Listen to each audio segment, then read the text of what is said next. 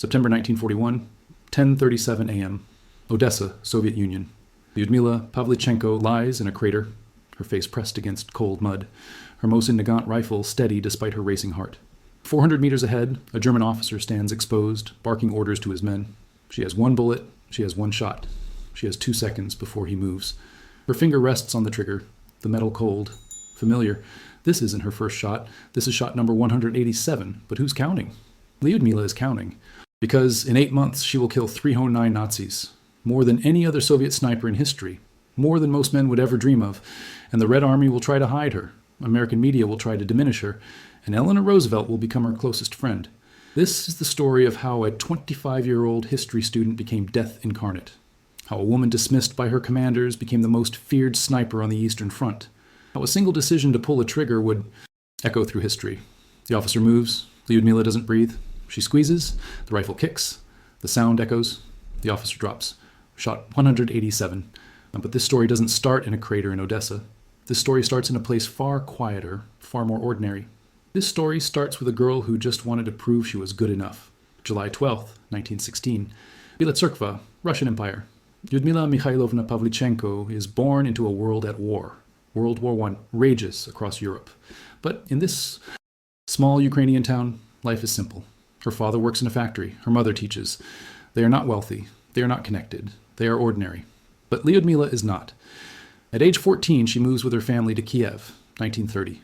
The Soviet Union is transforming. Women are told they are equal now. They can work, they can study, they can serve. Lyudmila believes it. She joins a Oso Aviakim shooting club, a paramilitary sports organization. She learns to shoot, not because she dreams of war, because a boy told her girls couldn't shoot. She picks up a rifle, a basic Mosin Nagant, 5 rounds, iron sights. She fires, she misses. The boy laughs. She fires again. She misses. He laughs harder. She fires a 3rd time. Bullseye. The boy stops laughing. Lyudmila doesn't. She becomes obsessed. Every weekend she's at the range. Every spare moment she's studying ballistics. Wind, distance, drop, breathing, patience. By age 16, she's one of the best marksmen in Kiev. By 18, she has her Voroshilov sharpshooter badge. By 20, she's studying history at Kiev University. She wants to be a scholar. She wants to teach. She wants a normal life. But on June 22nd, 1941, at 4 a.m., normal life ends. Operation Barbarossa. 3.8 million Axis troops invade the Soviet Union, the largest military operation in human history. In the first days, the Luftwaffe destroys 200 Soviet aircraft on the ground. In the first weeks, entire Soviet armies are encircled. Millions are captured. The Wehrmacht advances 50 miles a day. Kiev will fall within 2 months. Lyudmila is 24 years old. She has a young son. She has her studies. She has everything to lose. On June 23rd, she walks to the recruitment office. She wants to join the army as a sniper. The recruiting officer looks at her. Young, small, female. He laughs. "We have no place for women," he says. "Go home. Become a nurse if you want to help." Lyudmila doesn't move. She opens her shooting book. She shows him her scores, her certifications, her training records. He glances at them. "Anyone can shoot targets." "Then let me prove it," she says. He sighs. He's busy. The Wehrmacht is 500 miles away and closing fast. Fine. He gives her a rifle, leads her to a range, points to a target 200 meters away. "Hit that." She does. Center mass. Again. She does. Same hole. Again. She does. Again. And again. And again. 10 shots. 1 hole. The officer stares. He stamps her papers. "Welcome to the Red Army, Pavlichenko." She's assigned to the 25th Chapayev Rifle Division. August 1941. They're deploying to Odessa. The Black Sea port is under siege. Romanian forces, backed by Germans, are closing in. The city is surrounded. Supply lines are cut. Evacuation is being planned. Lyudmila arrives with her rifle and 200 rounds of ammunition. Her commander looks at her. "What are you?" "A sniper, sir." "We don't have women snipers." "You do now." He assigns her to a position. A bombed-out building, overlooking no man's land. "Stay here. Don't get killed. Don't waste ammunition." He doesn't expect her to last a day. She lasts 73 days. And she takes 187 enemy soldiers with her. August 1941, Odessa defensive region. Lyudmila's first day in combat starts at dawn. She climbs to the 3rd floor of a destroyed apartment building. The walls are pockmarked with bullet holes. The windows are shattered. The floor is covered in broken glass and spent shell casings. She finds a position. She sets up her rifle. She waits. This is what sniping is. 90% waiting, 9% watching, 1% killing. At 9:47 a.m., she sees movement 300 meters out. A Romanian soldier moving between trenches. She tracks him, calculates wind, elevation. She breathes out slowly, squeezes. The rifle cracks. The soldier drops. Her first kill. She doesn't feel what she expected. No horror, no guilt, no satisfaction. Just emptiness. And a question. Did I really just do that? Then she sees 2 more soldiers. Running to help the first. She fires twice. 2 more drop. 3 kills. First day, first hour. Her spotter, a grizzled sergeant named Nikolai, stares at her. "You're a natural," he says quietly. She isn't. She's terrified. Her hands shake. Her breath comes in gasps. But she can't show it, can't be weak. Can't prove everyone right who said women don't belong here. So she steadies her hands, controls her breathing, and waits for the next target. Over the next weeks, she develops a routine. Dawn patrol. Find a new position every day. Never use the same hide twice. Never take more than 3 shots from one location. Move. Survive. Repeat. She learns to read the battlefield, to spot the small movements that give away a position. A flash of light off binoculars, a shadow that moves wrong, smoke rising from a cigarette. Death lives in the details. But she also learns the cost. Nikolai, her spotter, dies in week 3. Artillery strike. She's 20 feet away when it hits. One moment he's scanning the field, the next he's gone. Just gone. She doesn't have time to mourn. She has to move, find a new position, survive. She gets a new spotter. He lasts 4 days, then another. He lasts 2 weeks, then another.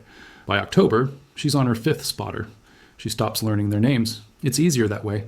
But the German and Romanian commanders are learning her name, or rather, they're learning about her. Reports filter through. A Soviet sniper in Sector 7, extremely accurate, extremely deadly, possibly multiple snipers working together. No one believes it's one person. No one believes it's a woman. They start sending counter snipers, hunters hunting the hunter. October 15th, 1941, 2:34 p.m. Lyudmila is in position, a grain silo overlooking the harbor. She's been there for 6 hours, watching, waiting.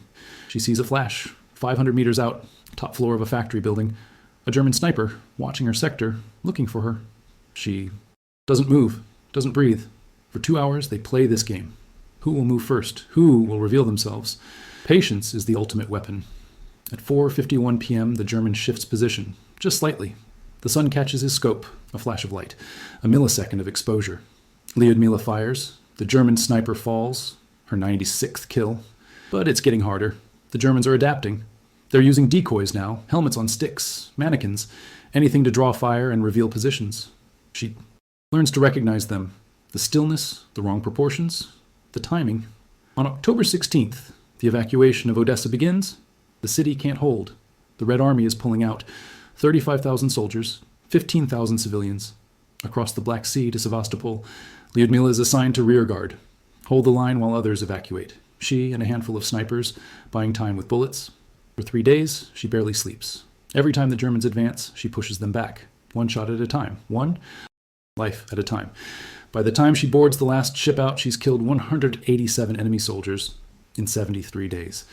The ship pulls away from the dock. Odessa burns behind her. She's 25 years old. She's killed 187 people. She wonders if she'll make it to 188. She makes it to 309, November 1941, Sevastopol, Crimea. If Odessa was hell, Sevastopol is hell's basement. The city sits on the southwestern tip of Crimea, a fortress, a naval base. The Germans want it. Stalin orders it held at any cost. Lyudmila arrives with the 25th Division. The siege has already begun. 250 days of bombardment, daily air raids, constant artillery. The city is being erased from the map, block by block, building by building. But it doesn't fall. Lyudmila is assigned to the Belbek Valley sector, north of the city. Open ground, no cover, no concealment, just dirt and death. This is where reputations are made, or where snipers go to die. She thrives. December 1941. Winter sets in. Temperatures drop below. Freezing. The ground is frozen. The mud turns to ice. Snipers have to account for temperature effects on ballistics. Cold air is denser. Bullets drop faster. Everything is harder. Lyudmila adapts. She always adapts. She develops her signature technique. She doesn't take headshots. Too small a target. Too much risk of a miss. She aims for center mass, the torso, larger target, higher probability. She's not trying to be spectacular. She's trying to be effective. 1 shot, 1 kill. Every time. By January 1942, she's killed 257 enemy soldiers. The Soviet press starts noticing. Here's a story. A woman, a student, killing Nazis. It's propaganda gold. They write articles. She's the girl sniper, the Soviet Joan of Arc.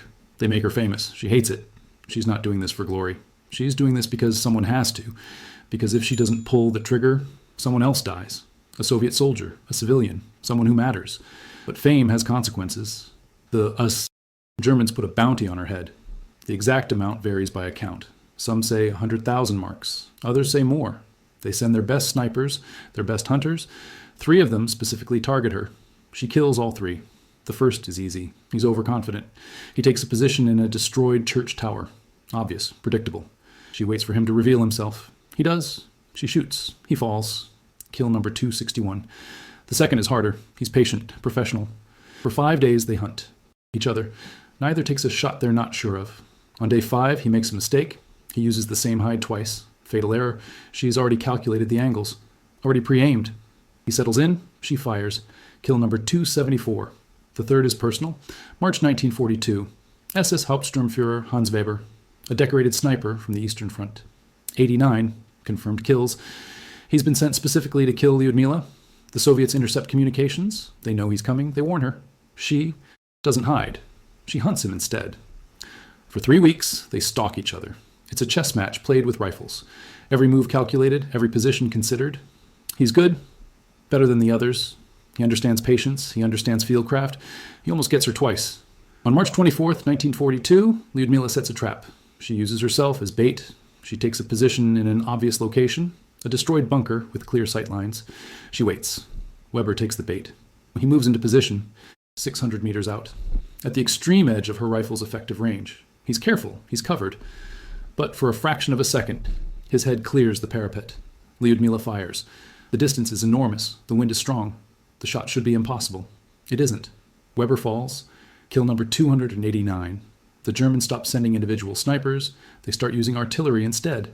If they can't kill her with a bullet, they'll kill her with high explosives. May 1942. The bombardment intensifies.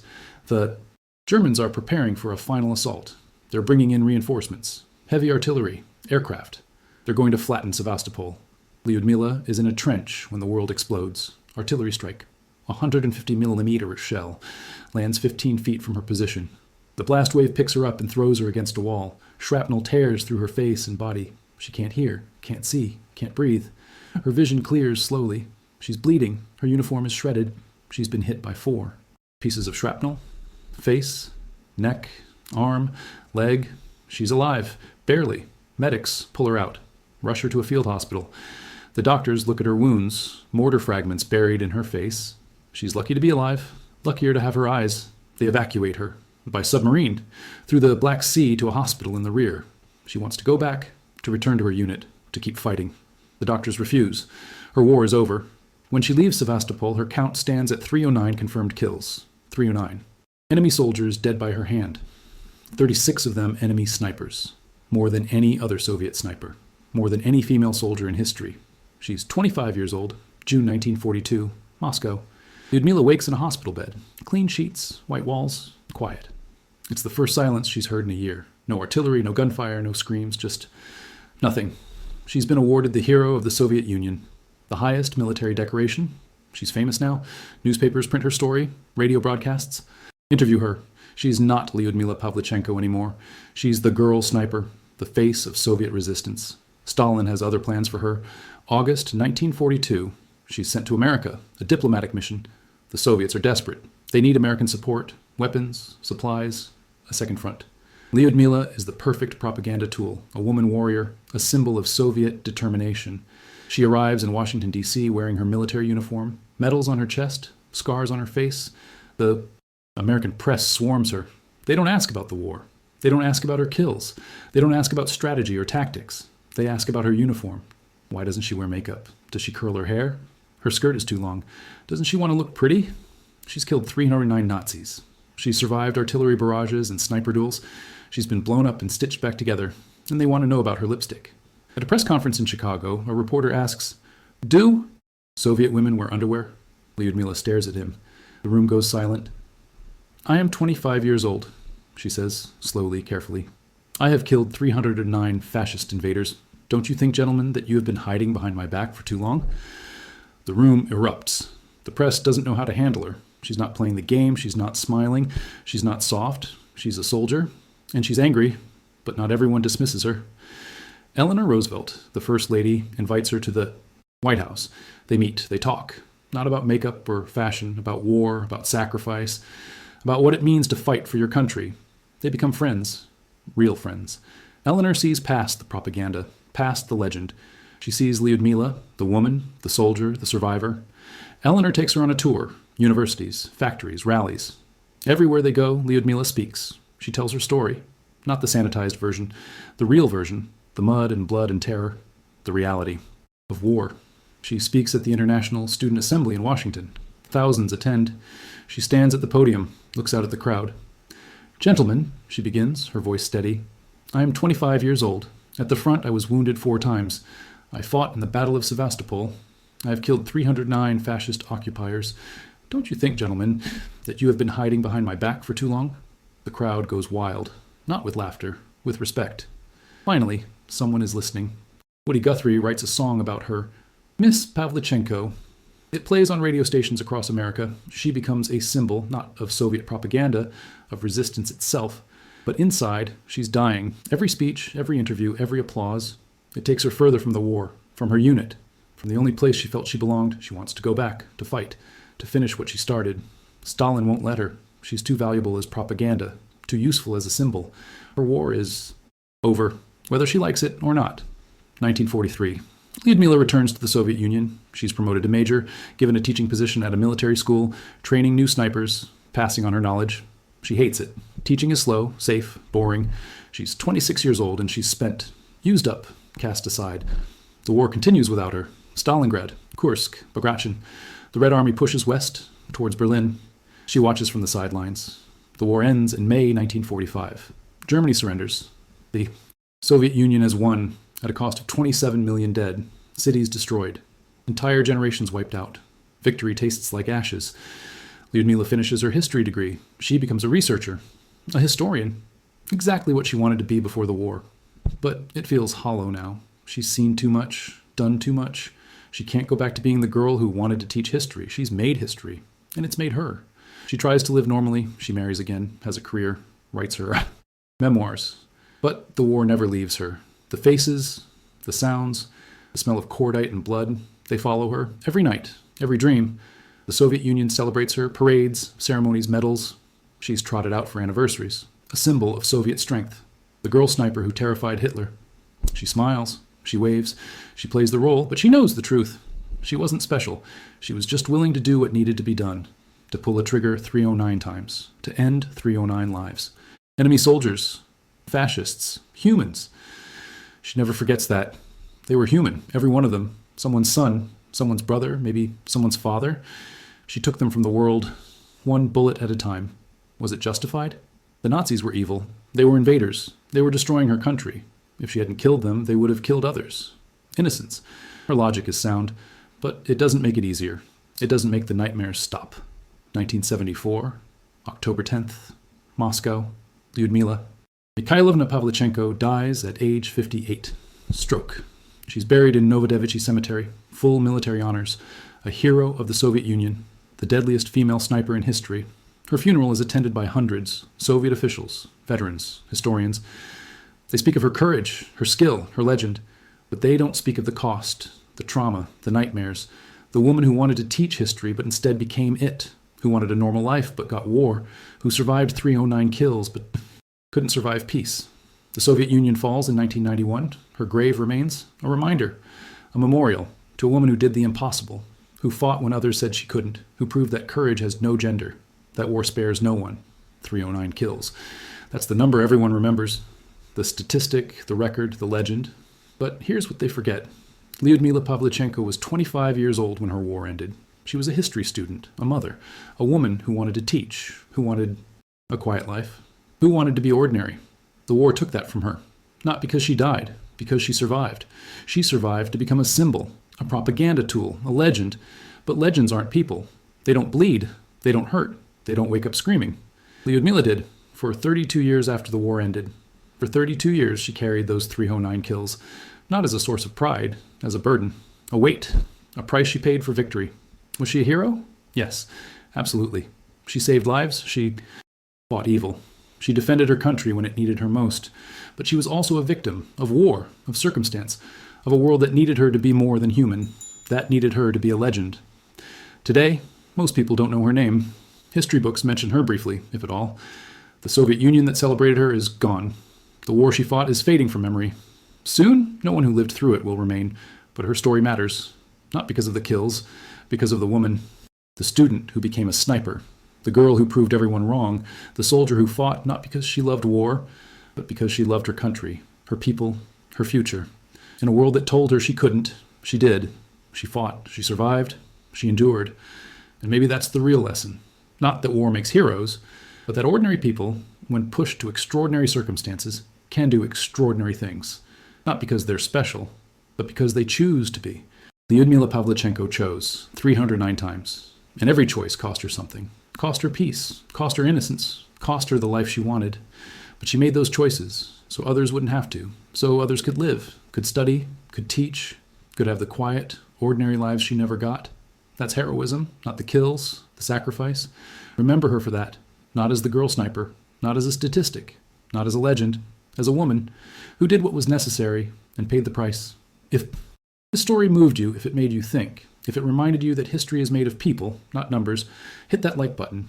Subscribe to keep these forgotten stories alive. Let me know in the comments where you're watching from.